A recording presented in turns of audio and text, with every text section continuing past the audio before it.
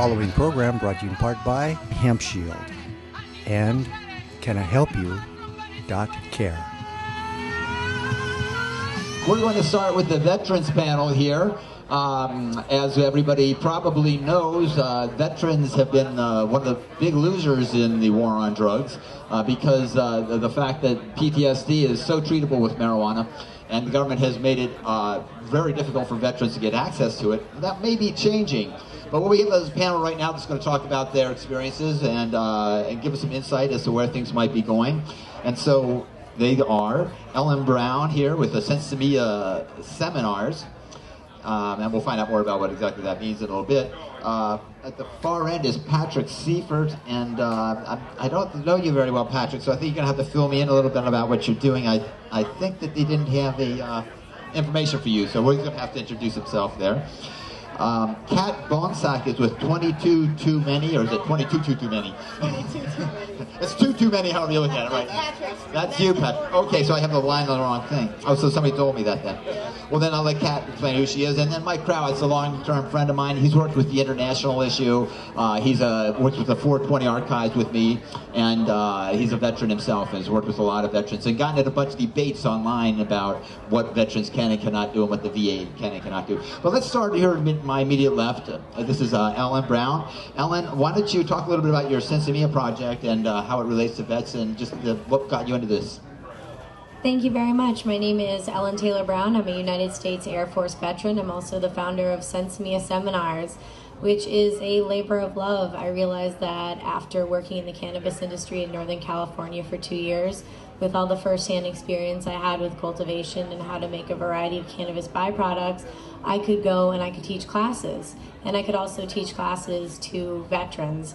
And starting September, or we do it every couple months, but in September in Maine, I'm going to be holding a class free for veterans called Carrier Oils and Possibilities. So we're going to talk about what they can do with an ounce, how they can make a tincture, how they can make an edible, how they can make a topical, how veterans can use RSO. We're going to talk about dosing. And we also reached out to a group called Canacare Docs, and they write recommendations for medical marijuana in the state of Maine.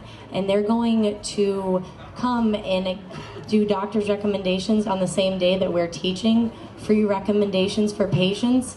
So veterans are going to come in, get education, and those exact same veterans are going to go speak with the doctor, find out about their medicinal needs, and then, you know, if they qualify, leave with a free doctor's recommendation to go get the cannabis. So by working with other organizations, we're going to be able to get veterans everything they need, from the education to the recommendation itself to the free cannabis. So education, I think, is really important because you can always educate yourself, become your own best advocate, and then educate other people, and that helps to change that stigma, and that's going to help our veterans.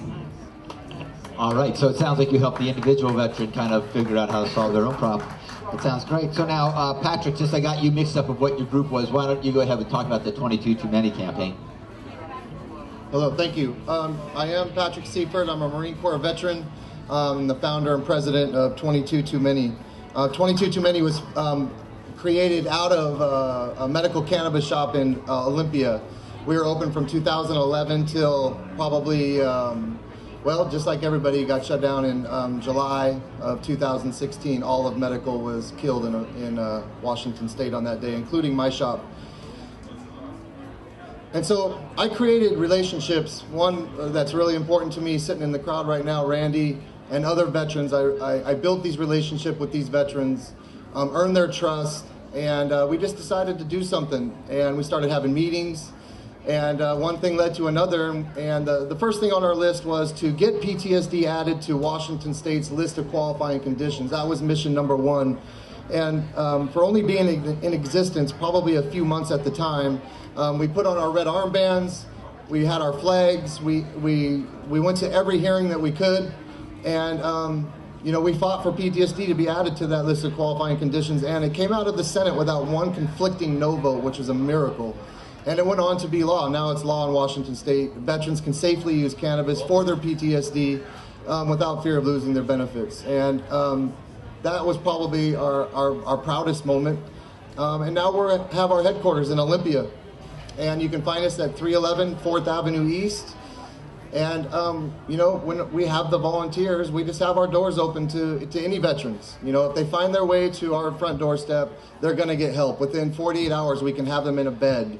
Almost immediately, we can go get them fed. If they choose to use cannabis, we can take care of that for them. We can get them free meds. We have just incredible resources in Thurston County in the Lacey Hub, Sidewalk, A Hero's Promise out of Roy, and some other organizations. You know, we're just a 501c3, all-volunteer organization, grassroots, just doing what we can in our little place in the world for veterans. We're losing 22 a day, you guys. Listen, on my way up here, just because I was curious, I looked up the definition of genocide. And it says the deliberate killing of a large group of people, especially those of a particular ethnic group or nation. We've lost more veterans to suicide than all of Vietnam. When do we call it a genocide? When does that discussion start being had with the rate of 22 a day? That's over 8,000 a year, you guys, to suicide, and it's preventable. You know, veterans, when they get out of the military, they in their brain, all they know about is pills and alcohol. That's how they know to heal themselves. Pills are free to every veteran for the rest of their life, as many as they want. Alcohol is tax-free on every base in the world.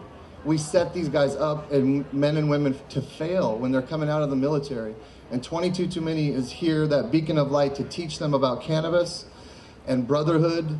And we keep veterans busy. We have yoga every week. We have arts and crafts every week. We're doing special things down there. If you ever want to come down and see what we're doing and maybe volunteer a little bit in our shop, we would love to have you. 22 Too Many is very special to my heart, and we're saving veteran lives, and we're really proud of that. Thanks for having us. Well, that's critical. I'm going to skip over you for a second. Yeah, give him a hand. And go to Mike Krawitz, because I need to find out more about Cat. But with Mike, I know right how do I like to transit from this, which is that one of the things that we run into, a lot of veterans think that they don't have access to cannabis, and it turns out, based on what Mike found out, that it's actually the other way, that they do have more access than they think. Can you kind of explain that, where the confusion is, and how the VA and marijuana and medical marijuana relate to each other at this point? Sure. I guess I should introduce myself first. Mike Krawitz, Executive Director, Veterans for Medical Cannabis Access, and volunteer with 22 Too Many, and I'm on the board of 22 Too Many. And first, I just want to say thanks to Hempfest, of course, for making this possible. These venues and these, great. These are really great. I've been, here all day listening to really some fantastic wrap up from some really people that are in the trenches and doing this stuff, and you're learning about it. It's not hypothetical, it's not theory. You're learning about what's really going on. And I really thank Hempfest for that. And we actually, it's our second year that we've done a veterans rescue tent, is what we call it. It's a veterans kind of hospitality tent. It's all the way on the other end of the park, at the very, very end, opposite from the main entrance, the other end. And it's open to veterans, basically night and day, as a respite and a place to get out of the crowd or get a bottle of water, be able to have a moment to have some peace. Certainly open to anyone that would be suffering from post-traumatic stress, something like that, or they need to get out of the crowd, get a bottle of water, we can certainly, we're very close to security. If nothing else, we can help them get help. If anybody needs help towards the end of the grounds there, come check out our tent. And MAPS this year has we're so happy that we're supported by MAPS, a Multidisciplinary Association for Psychedelic Studies. And they've been really championing not only cannabis for post-traumatic stress, but MDMA and working with psychedelics that are traditionally, in our culture, haven't really been applied much as medicine. So it's really, really great to work with them, and they've helped to pay for that tent, and we really thank them. So the fight for access to cannabis while you're actually using your medications, it's a big fight that everybody's in, not just the veterans. And actually my fight inside the VA was born in the movement and went into VA as a place to fight it, because it limited some of the problems, because the US government has to follow more constraints than a doctor out in the field who has actually as much freedom as I do, free speech and stuff like that. It was precisely the lack of free speech and the lack of freedom of the doctors inside the system that made it appealing to me as an activist place to work on this issue. But I got to tell you, it wasn't the Constitution, it wasn't the, these lofty ideals that really helped me to fight the fight to maintain your treatment while you're actually using cannabis at the same time. If you so-called failed a drug test or you so-called violated a pain contract, it was actually medical ethics that wound up winning the day. And it turns out it's like an Achilles heel if the doctor or practitioner is going to deny you treatment as a punishment, or if they say something like you violated the rules or something like that, we can't give you this, or any of those kind of things. You can immediately tell that they're the ones that are not consistent with the VA policy, because we've got a policy straight up out of the VA in 2010 that said that even if it seemed inconsistent with the treatment goals, like in treatment for drug abuse, for example, you're not to have your treatment interrupted because you're using cannabis under a state program. So that clearance inside the VA, I think, is also handy for people outside the VA. They can point to the federal government. But we've had problems because the VA is inside this bubble in the executive branch that is right there with the DEA. And the DEA came after our doctors years ago and said that if you're a doctor and you recommend cannabis, we're going to arrest you. The Barry McCaffrey drug czar called it Cheech and Chong medicine, and they were going to put an end to that. And we had a great doctor, Dr. Conan, that fought back, and they won in this circuit, the Ninth Circuit, in the courts, the right, and clarified the right to recommend cannabis, not prescribe, but recommend cannabis, and that's a free speech right. And because that's the Ninth Circuit, it never got accepted by the Supreme Court. The VA never got the memo, essentially. The DEA is right down the hall, but damn if they're going to walk down the hall and tell the VA something they don't want to tell the VA, and they don't have to. I mean, actually, I can almost understand their position, even though I hate it. But that's where we're at. So the Congress, we have a bill that would actually make them walk down the hall and tell them that they're allowed to recommend cannabis. But doctors inside the VA are not supposed to punish you, not supposed to take away any treatment or interrupt your treatment automatically or anything like that, but they're still under this kind of gag rule that they're not allowed to recommend cannabis or fill out the forms for a veteran to participate in the state medical marijuana program. Yeah, and one thing that that Trump has carried over from the Obama administration is this policy memo about not using drug tests to punish veterans if we use medical marijuana. It was just renewed in 2017, I know that. So I got something I want to say in my speech that would take 30 seconds to add. Okay, wrap it up then. I just wanted to, that was something I prepared to say that I want to just add to this because it fits right in. Veterans for Medical Cannabis Access is trying to redefine the narrative right now on this. We started in 2008 on this, trying to educate the public, trying to educate Congress and everybody that doctors had this limited speech, that they weren't allowed to recommend, and to point out Conan and the free speech aspects of Conan. And the effort has been wildly successful. We've got 4 bills in Congress that essentially do that. Everyone understands that the VA has got this kind of ridiculous thing. So we're kind of wrapping that up with the bill not passed. The bill keeps passing and then gets stripped out by the conference committees later. So it's just this endless cycle of stupidity. We're actually starting to look at the veteran side of this conversation. The doctor lacks free speech, and the doctor is still under a gag order from the VA that they can't recommend cannabis. But if the free speech thing in Conant's right, and I know it is, in my heart and soul, and the Ninth Circuit believed it was right, then you, as a vet, you have a free speech right that's being abridged, because you don't lose your free speech when you go in the VA. You maintain your free speech, and if you, on the other side of it, aren't allowed to get the recommendation or the paperwork for the state program, then you're actually having your rights abridged, and we're starting to focus on that. May wind up in like a court case or something like that. But I love Hempfest because I want you all to see into the globe. I want you to see what we're thinking. This is tomorrow's news. This is stuff we're working on and we're thinking about and that you can give input on. I'm not just saying it, to just say it. I want you all to feel like you can give us input and help us think these 3 things through. All right, thanks a lot. And now, Kat, you look like you just came from Hawaii, but why don't you tell people a little bit about how you got involved with the vets? Are you a vet yourself, for example? I am a veteran. I am Kat Bonsack. I'm an Air Force veteran. I am 40% disabled. And the funny thing is I haven't always looked this healthy, and I'm very excited about being able to promote health to not only veterans but seniors, and a lot of the things with the work that we're doing. Not only do I work with veterans organizations, I love working with Patrick's organization just because I believe in the work that he does and what he's doing with vets. And I have an education company called Mary Jane Parties that is cannabis and hemp education, which it's so funny because like what she's basically doing on the East Coast, I'm doing on the West Coast. And I have a cannabis and hemp education company. I'm a best-selling author. As far as I know at this moment, I'm the world's only best-selling cannabis book author. I've written a book called 15 Ways to Use Cannabis for Your Health, Your Itty-Bitty Marijuana Manual. And it went to bestseller on Amazon and Kindle. And you can check it out. It's a really great manual, reference manual. It's a really great way to ease people into what cannabis can help. You know, the type of ailments that we're using it for. If people have diabetes and they really want to manage their diabetes, you should look into cannabis. I know it sounds crazy, but it's true. It can actually help to manage your blood sugar. It's something a lot of people don't know. So these are basic things that people can look up. And I found cannabis. I wasn't raised with cannabis. So I found cannabis because of my disability through the Air Force. I had a stress-related disability. I was in the Desert Shield, Desert Storm. I worked for NATO Communications. I had a top-secret clearance in Germany during that time. And I worked underground. It was just very, very stressful. I worked with crypto and encrypted messages and things like that. And it was just incredibly stressful. And I have a permanent stress-related disability that nothing could help. I can't take pharmaceuticals.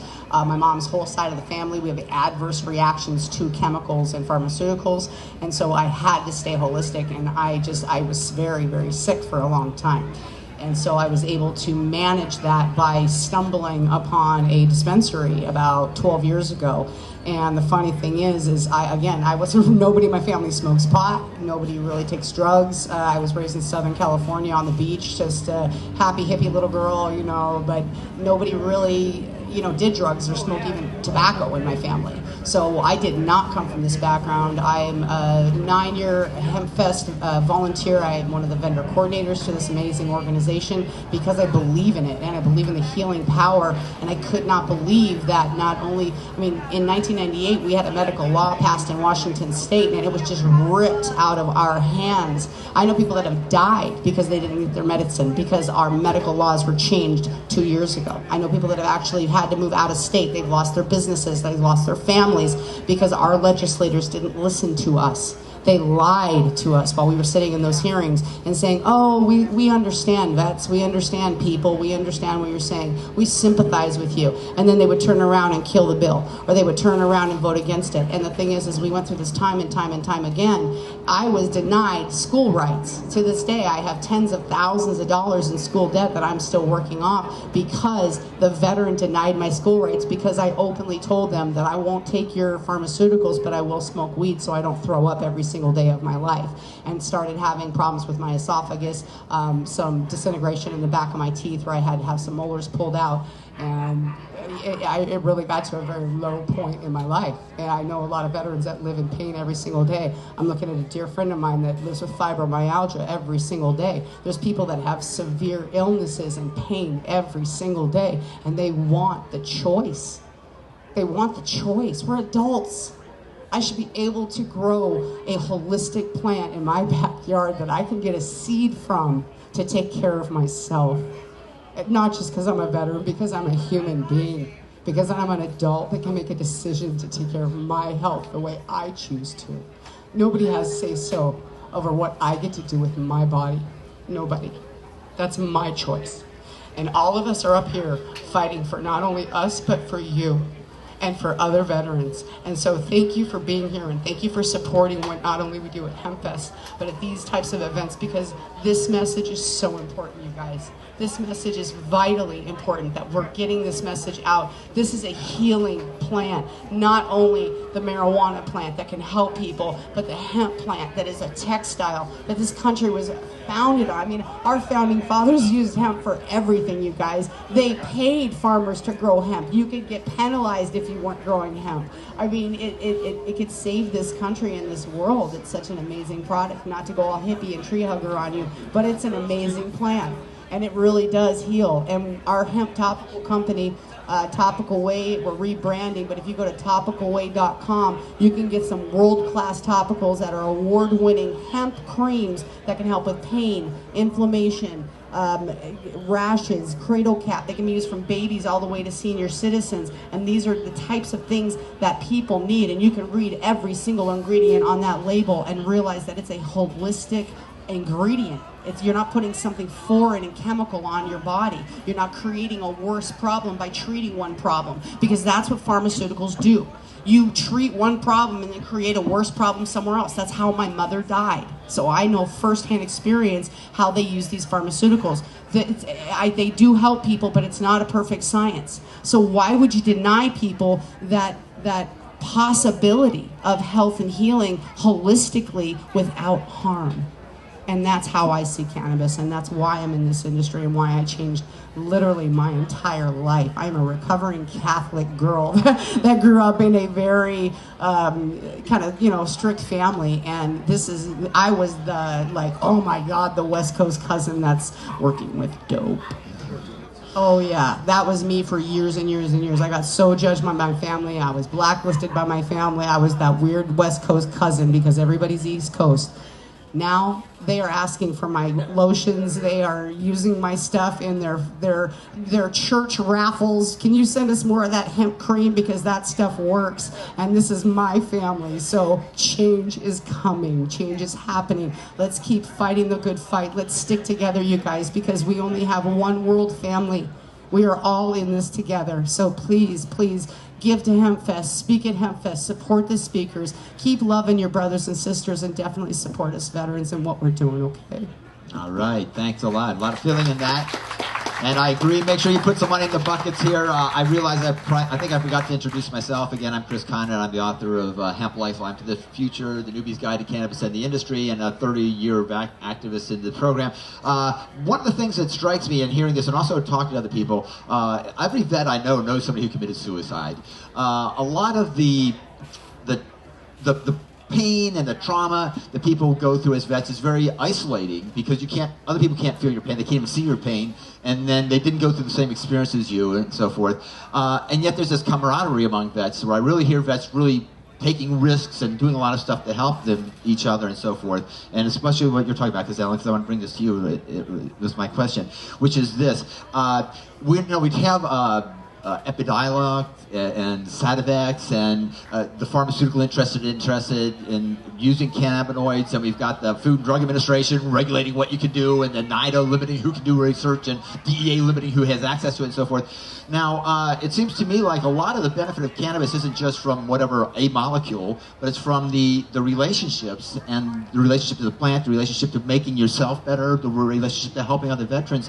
Can you give me a little bit of insight of that? Do you think if they shift, as it becomes more and more pharmaceuticalized, that's not going to be enough for vets, is it? They're still going to need marijuana and each other. That's a great point to bring up, because cannabis, growing your own cannabis, there's something holistic about it. It's something that you can do. It's something where you can kind of lose yourself in this activity. So it can help veterans who might need to practice some mindfulness, might need to practice some grounding. And then the benefit of being able to grow this plant from a seed and then harvest it and then smoke that cannabis or consume that cannabis in whatever way they want to use it, which is the most beneficial to them, thinking about their own endocannabinoid system, thinking about the entourage effect. And with the cannabis community, we are a community. 22 Too Many is all the way out in Seattle, and I'm in Boston, Massachusetts, and we communicate all the time on social media. I'm liking, I'm posting, I'm sharing, and with that, we're spreading that message, we're spreading awareness, and we're helping to break that stigma. And for veterans, when they see other veterans, any veteran that needs help, we go, what do you need? What do you need? Well, how can I help you? And there are a lot of companies out there that are also, how do we help our veterans?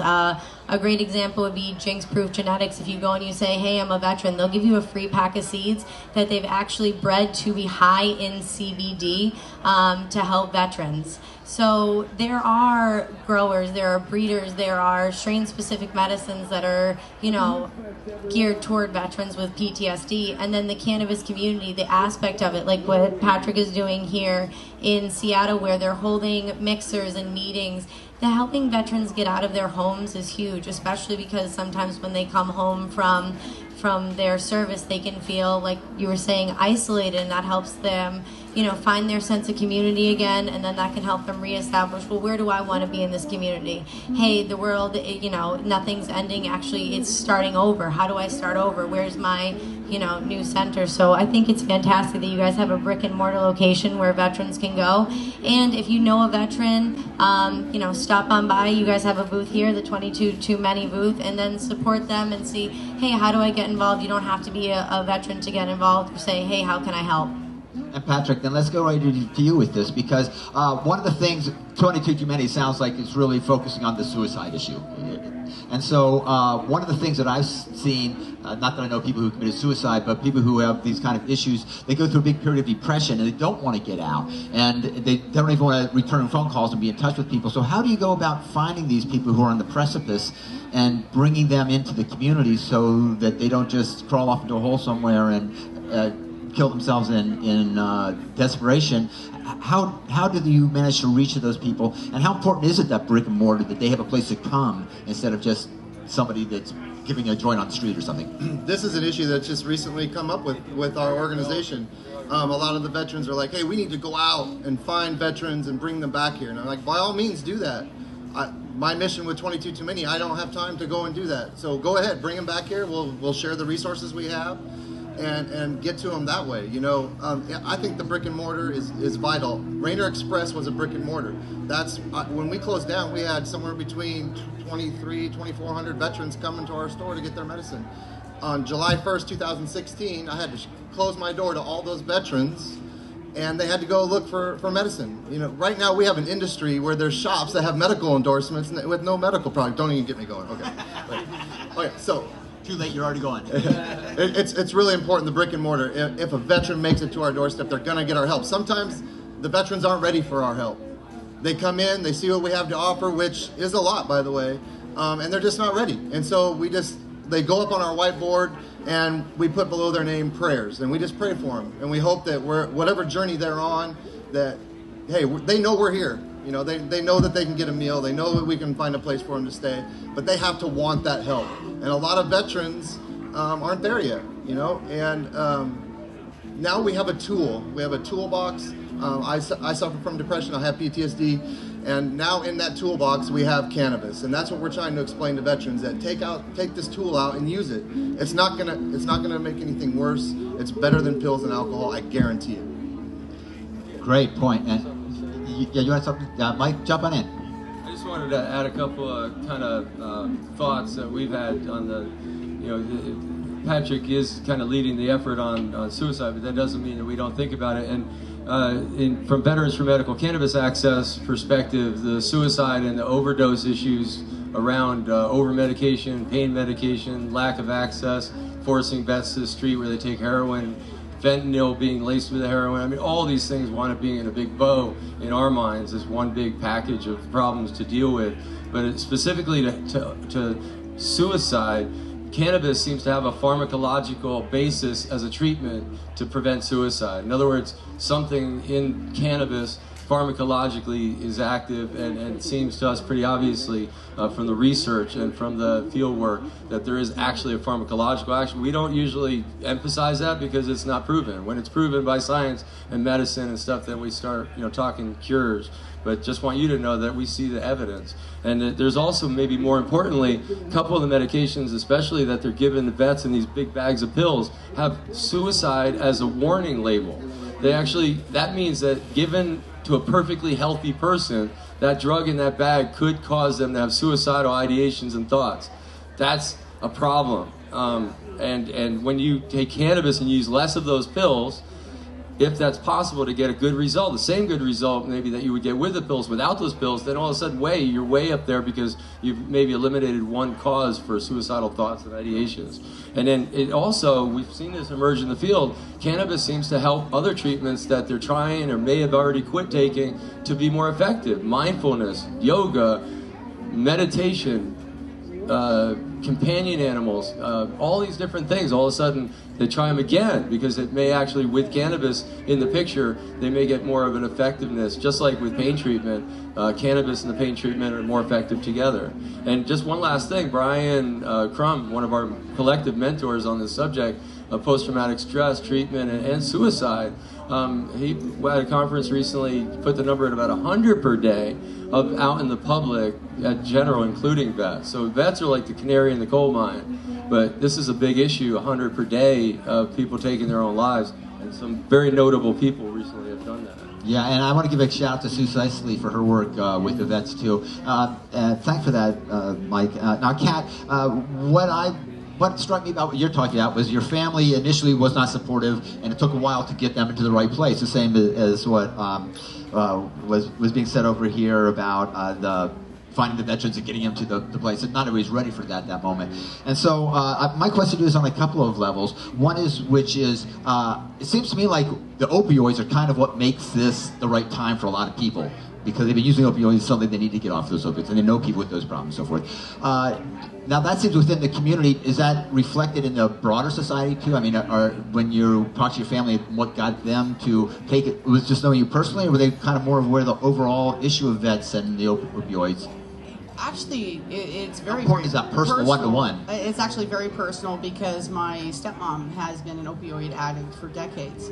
And so I've seen firsthand what opioids do to people, the addictions it creates, and literally the loss of life that occurs.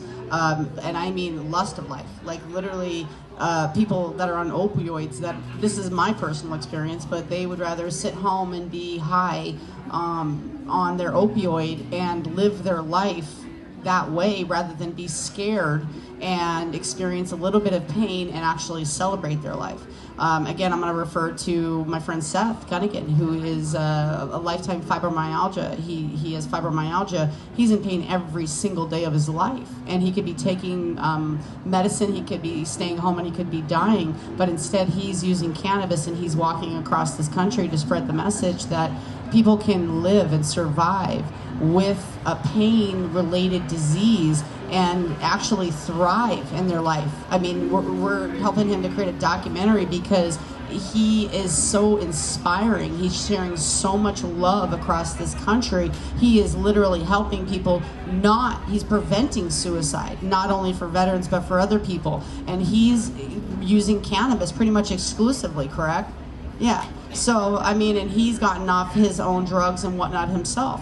And so it's very personal, it's very social, it's very national, and it's very global. It's not just us that has this opioid epidemic. In fact, I've heard that Bangkok is absolutely riddled with horrific opioid epidemic as well. And it comes in every shape and form. It's readily accessible to our children.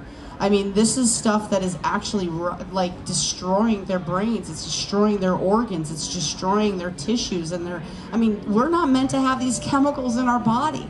It's literally destroying our tissues. I only use cannabis and drink alcohol incredibly moderately. I'm in the best shape of I literally just turned 47, and I'm in the best shape of my life. I smoke cannabis every single day.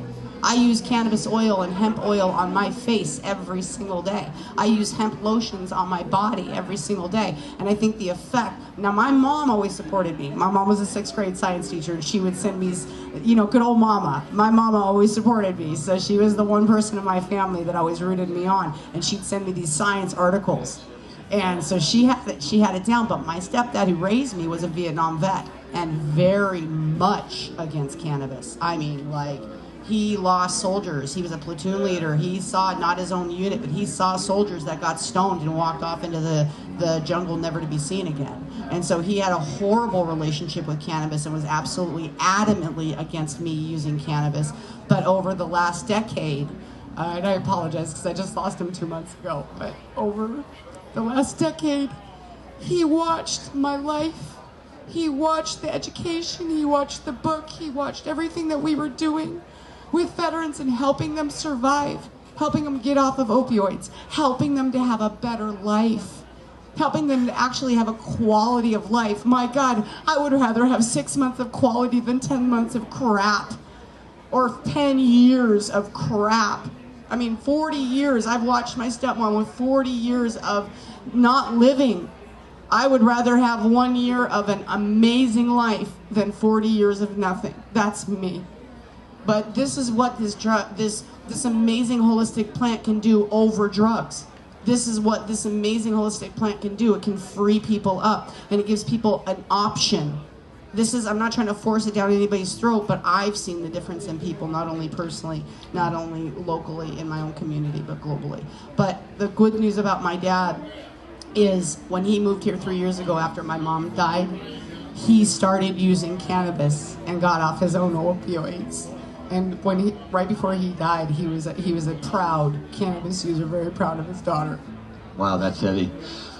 So we only have like less than a minute each. Why don't you go ahead and let people know, work your way down this way, about how to reach you and any closing thoughts. 22 Too Many can be found online, 22toomany.olympia.org, and I want to give a shout out to our supporters in the industry. Without their support, we would not exist or have our brick and mortar. Have a Heart retail shops, Ike's retail shops, Green Lady, Lucid, Highway 420, Spark It. These are all 22 Too Many veteran support depots that support us in the biggest way. So please support their shops. They are real supporters of veterans with actions and not just words. I'm Kat Bonsack. You can find me on social media or MaryJaneParties.com. It's MaryJayne Parties.com to book a party, or a Topical Way, TOPICAL, topicalway.com for some hemp topicals. We can ship worldwide because we're hemp. Oh gosh, thanks everybody. Really appreciate the opportunity again, and I want to again thank MAPS for supporting our tent. And we have the MAPS bulletin, which is really cool, document, nice folder that they've given us to hand out. So if you're interested in more information about MAPS and some of the work that they've done, come on down to the tent. And just for me, two things. One, we've been working at the international level, so if anybody's heard something about the World Health Organization or United Nations or something like that and they're interested in more information, come check me out. And two, with vets out there, if you're interested in working with veteran organizations, that you've heard something going on, we're working with veterans organizations now that have emerged in the cannabis space all over in every aspect that you can imagine, and really invite you to check that out and participate. And really invite you to get involved and participate on whatever level you're into, man. It's a lot of opportunity right now. My name's Ellen Brown. You can find me at Sensimia Seminars on Facebook, Instagram, all over social media. And I think the parting thoughts I'd like to leave you guys with is that you can help a veteran. You don't have to be a veteran to help a veteran, to get involved. So please remember that as you go forward. If you're holding an event, maybe you could give away, free entry for veterans, or if you have a product, maybe give a discount, or reach out to 22 Too Many, be like, hey, how can we help? How can we work together? And then find a way to make yourselves work together. Thank you guys so much for your time. Thank you so much for supporting. And if you ever have any educational questions, I'm always here to help. All right, what a terrific panel. Have a Topical Way. We have a Topical Way booth up by High Tunes, up by the Veterans 22 Many. So we do have a Topical Way booth if you guys want to support veteran topicals. My business partner is also a Vietnam veteran topical owner as well. Since you just referenced it, and we never mentioned it, we have a 22 Too Many hemp booth. That's the second one, right? The second one in that direction? Yeah. I'll take your word for that. So it looks like they could use the cannabis to help with control symptoms, to give them, open them up to other experiences of other kind of treatments, to improve the quality of life, to give them mental clarity and focus, and they meaning everybody, but veterans especially, and fulfillment. But also it seems like it leads to veterans helping other veterans, if I'm not mistaken. So thanks to this panel. We have to have a big hand. We're going to have one more speaker for you.